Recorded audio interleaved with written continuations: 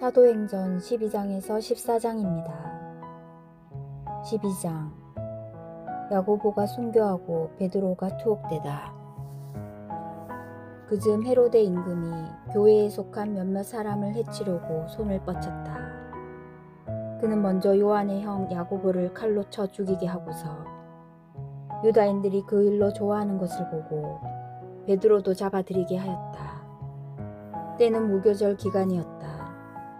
그는 베드로를 붙잡아 감옥에 가두고 4명씩 짠 4개의 경비조에 맡겨 지키게 하였다. 파스카 축제가 끝나면 그를 백성 앞으로 끌어낼 작정이었던 것이다. 그리하여 베드로는 감옥에 갇히고 교회는 그를 위하여 끊임없이 기도하였다. 베드로가 감옥에서 기적적으로 풀려나다. 헤로데가 베드로를 끌어내려고 하던 그 전날 밤, 베드로는 2개의 쇠사슬에 묶인 채 2 군사 사이에서 잠을 자고 있었고 문 앞에는 파수병들이 감옥을 지키고 있었다. 그런데 갑자기 주님의 천사가 나타나더니 감방에 빛이 비치는 것이었다. 천사는 베드로의 옆구리를 두드려 깨우면서 빨리 일어나라 하고 말하였다. 그러자 그의 손에서 쇠사슬이 떨어져 나갔다. 천사가 베드로에게 허리띠를 메고 신을 신어라 하고 이르니 베드로가 그렇게 하였다. 천사가 또 베드로에게 겉옷을 입고 나를 따라라 하고 말하였다. 베드로는 따라 나가면서도 천사가 일으키는 그 일이 실제인 줄 모르고 환시를 보는 것이려니 생각하였다. 그들이 첫째 초소와 둘째 초소를 지나 성 안으로 통하는 세문 앞에 다다르자 문이 앞에서 저절로 열렸다. 그래서 밖으로 나가 어떤 거리를 따라 내려갔는데 천사가 갑자기 그에게서 사라져 버렸다. 그제야 베드로가 정신이 들어 이렇게 말하였다. 이제야 참으로 알았다.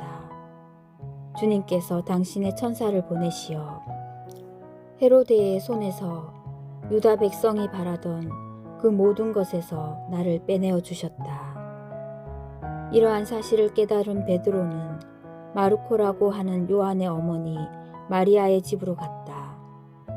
거기에는 많은 사람이 모여 기도하고 있었다.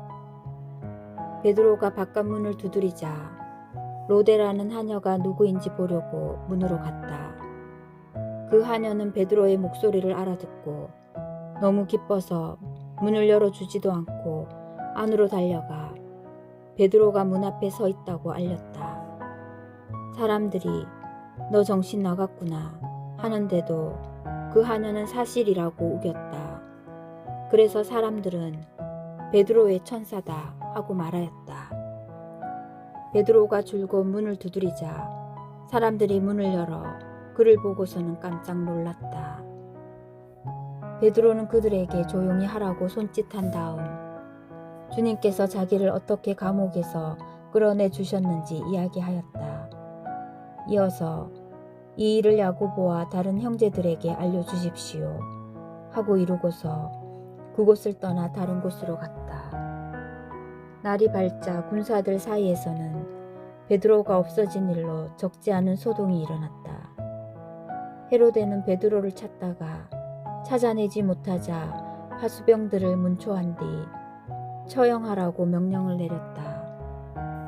그리고 유다를 떠나 가이사리아로 내려가 그곳에 머물렀다. 헤로데가 죽다. 헤로데는 티로와 시돈 사람들에게 몹시 화가 나 있었다. 그리하여 그들은 뜻을 모아 헤로데에게 갔다. 그리고 임금의 시종장 블라스토스를 설득하여 합평을 청하였다. 그들의 지방이 임금의 영토에서 양식을 공급받고 있었기 때문이다.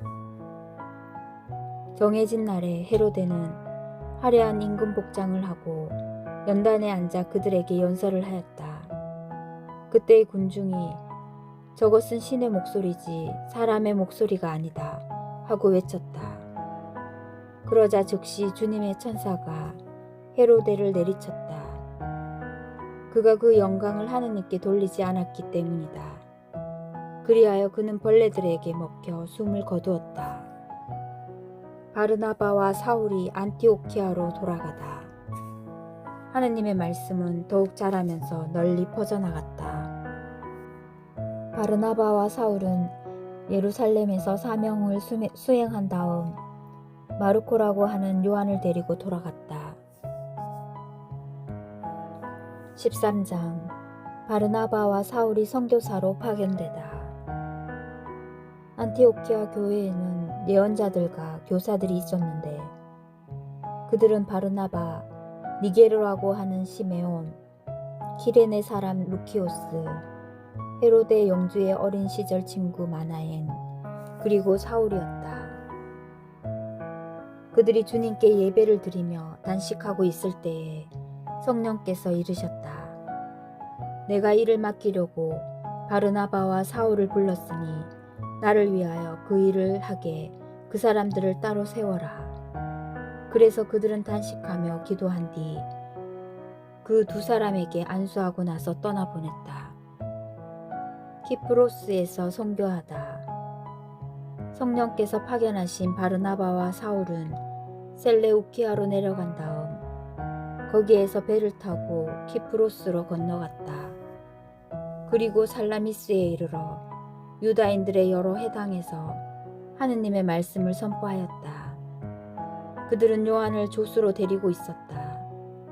그들이 온 섬을 가로질러 파포스에 다다랐을 때에 마술사 한 사람을 만났는데 유다인으로서 바르예수라고 하는 거짓 예언자였다.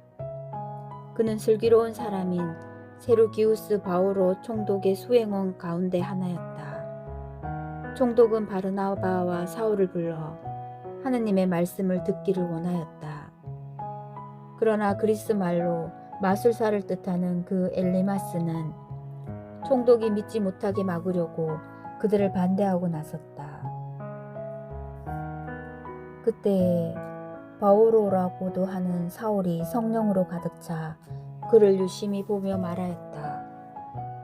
온갖 사기와 온갖 기만으로 충만한 자, 악마의 자식, 모든 정의의 원수, 당신은 언제까지 주님의 바른 길을 왜곡시킬 셈이오. 이제 보시오. 주님의 손이 당신 위에 놓여 있소. 당신은 눈이 멀어 한동안 해를 보지 못할 것이오. 그러자 즉시 짙은 어둠이 그를 덮쳐 그는 사방을 더듬으며 자기 손을 잡아 이끌어줄 사람을 찾았다. 그때에 그 광경을 본 총독은 주님의 가르침에 깊은 감동을 받아 믿게 되었다.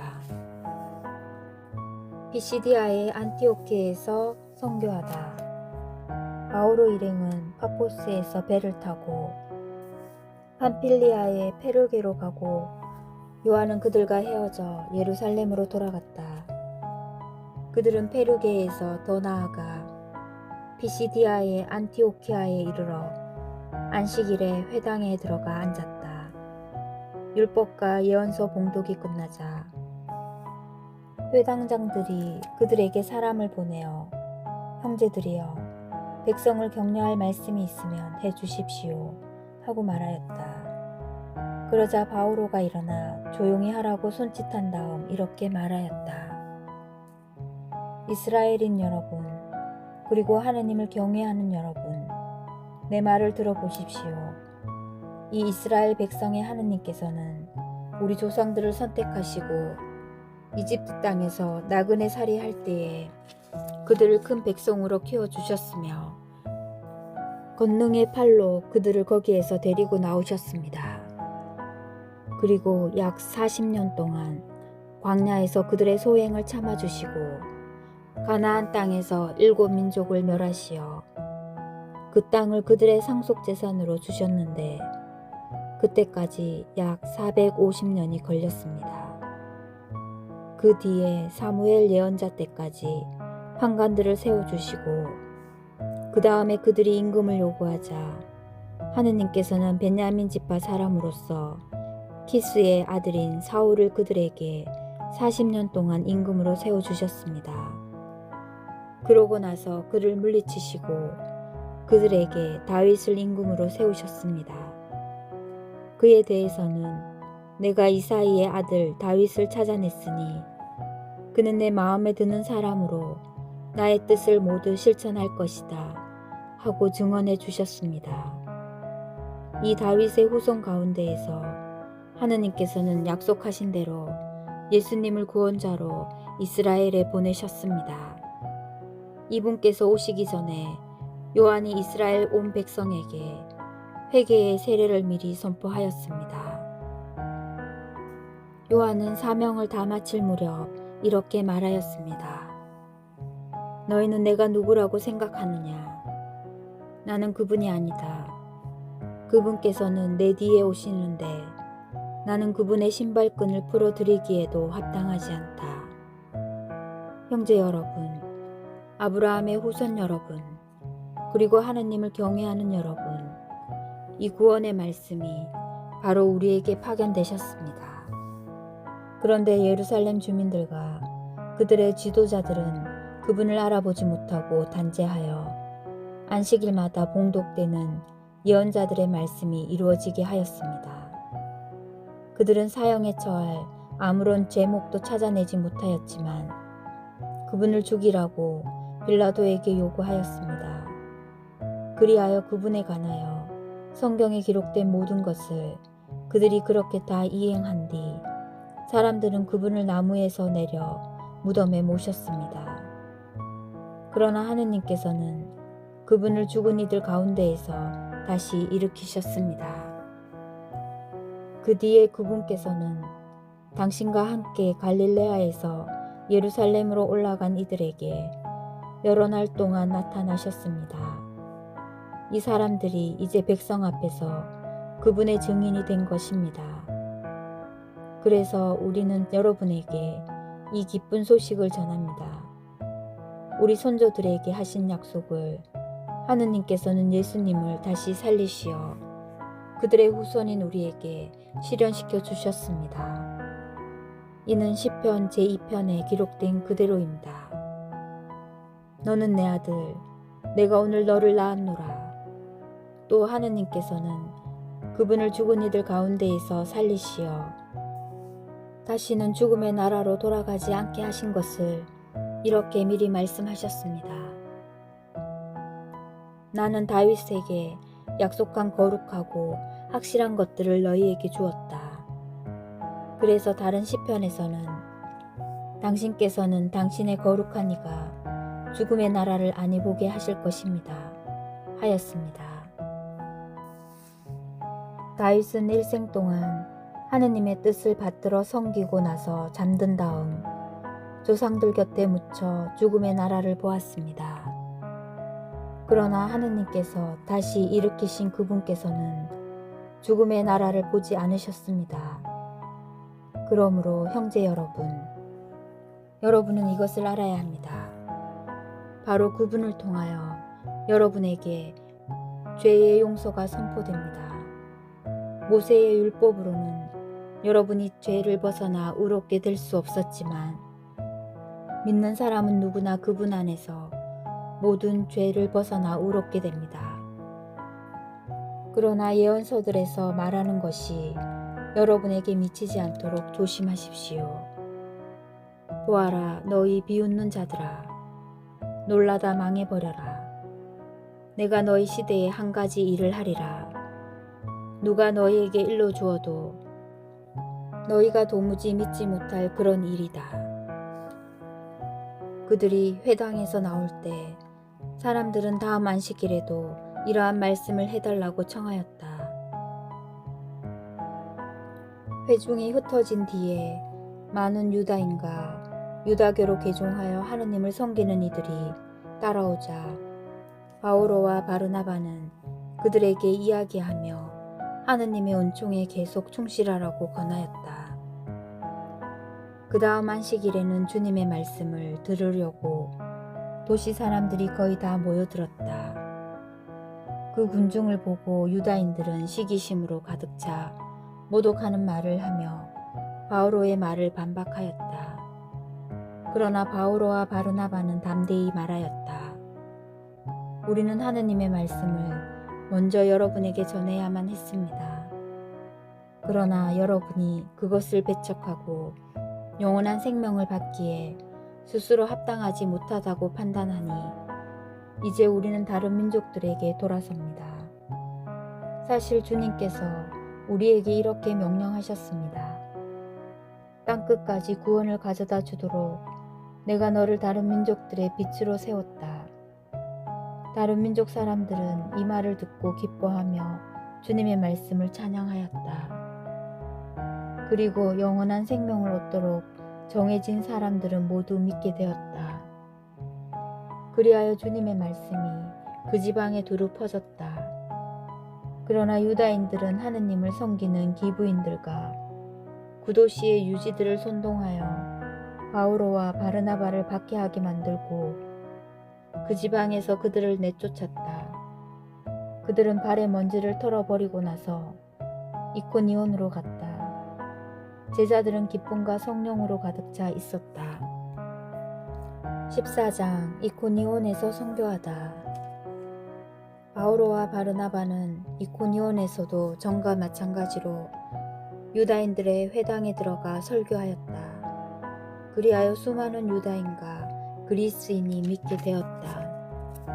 그러나 믿기를 거부한 유다인들은 다른 민족 사람들을 자극하여 형제들에게 나쁜 감정을 품게 만들었다.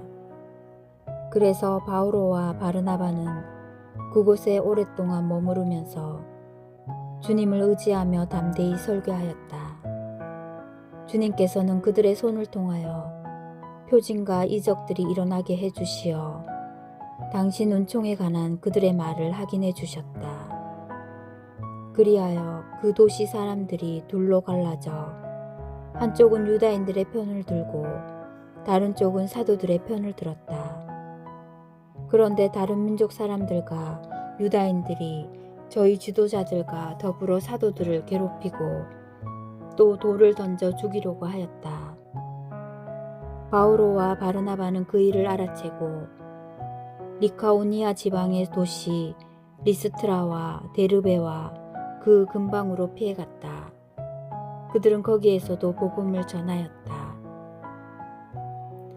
리스트라에서 선교하다. 리스트라에는 두 발을 쓰지 못하는 사람이 하나 있었는데 그는 안진뱅이로 태어나 한 번도 걸어본 적이 없었다. 그가 바오로의 설교를 듣고 있었는데 그를 유심히 바라본 바오로가 그에게 구원받을 만한 믿음이 있음을 알고 두 발로 똑바로 일어서시오 하고 큰 소리로 말하였다. 그러자 그가 벌떡 일어나 걷기 시작하였다. 군중은 바오로가 한 일을 보고 리카오니아 말로 목소리를 높여 신들이 사람 모습을 하고 우리에게 내려오셨다 하고 말하였다. 그들은 바르나바를 제우스라 부르고 바오로를 헤르메스라 불렀는데 바오로가 주로 말하였기 때문이다. 도시 앞에 있는 제우스 신전의 사제는 항소 몇 마리와 화환을 문으로 가지고 와서 군중과 함께 제물을 바치려고 하였다. 바르나바와 바오로 두 사도는 그 말을 듣고서 자기들의 옷을 찢고 군중 속으로 뛰어들어 소리를 지르며 말하였다. 여러분, 왜 이런 짓을 하십니까? 우리도 여러분과 똑같은 사람입니다. 우리는 다만 여러분에게 복음을 전할 따름입니다.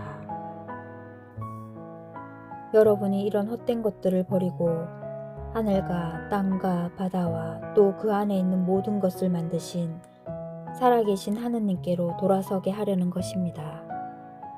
지난 날에는 하느님께서 다른 모든 민족들이 제 길을 가도록 내버려 두셨습니다.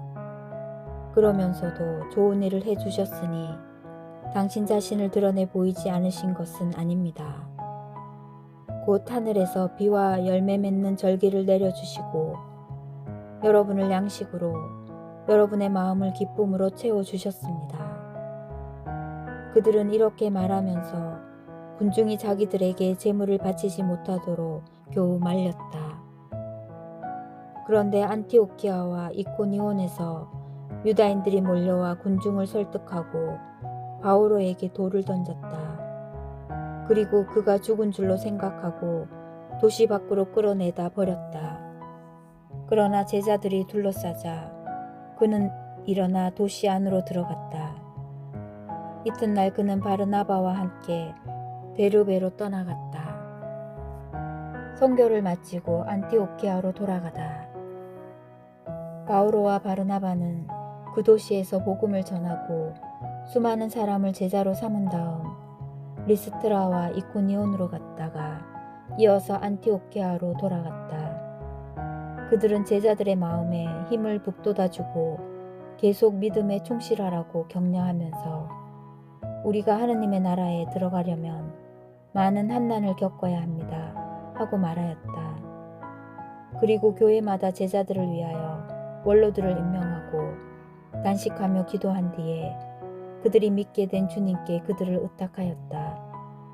바오로와 바르나바는 피시디아를 가로질러 팜필리아에 다다라 페르게에서 말씀을 전하고서 이탈리아로 내려갔다. 거기에서 배를 타고 안티오키아로 갔다. 바로 그곳에서 그들은 선교 활동을 위하여 하느님의 은총에 맡겨졌었는데 이제 그들이 그 일을 완수한 것이다. 그들은 도착하자마자 교회 신자분들을 불러 하느님께서 자기들과 함께 해주신 모든 일과 또 다른 민족들에게 믿음의 문을 열어주신 것을 보고하였다. 그리고 제자들과 함께 오래 머물렀다. 주님의 말씀입니다.